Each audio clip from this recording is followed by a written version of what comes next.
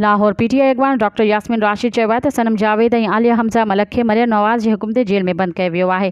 दहशतगर्दी जे अंत वारी अदालत में पेशीअ जे मौक़े ते साफ़ियुनि सां गैर रस्मी ॻाल्हियूं कंदे पीटीआई अॻवान डॉक्टर यास्मीन राशिद चयो त 1 साल खां तहरीक इंसाफ़ जी कारकुननि ते ज़ुल्म ऐं ज़्यादती में का बि घटिताई न आहे।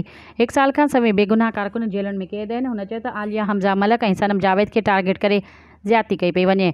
उन जे पाकिस्तान जी तारीख़ में मिसाल नथी मिले। गुज़िरियल 15 ॾींहंनि खां मरियम नवाज़ जे हुकुम ते सनम जावेद ऐं आलिया हमज़ा मलक खे सरगुर्दा जेल में बंदि कयो वियो आहे। इंसानी अक़ल दंग रहिजी वञे थी। इन ते लाहौर समेत केतिरनि ई शहरनि में कूड़ा केस दाख़िल कया विया आहिनि त आलिया हमज़ा मलक ऐं सनम जावेद हिक ई वक़्तु केतिरनि ई शहरनि में भञटा कई।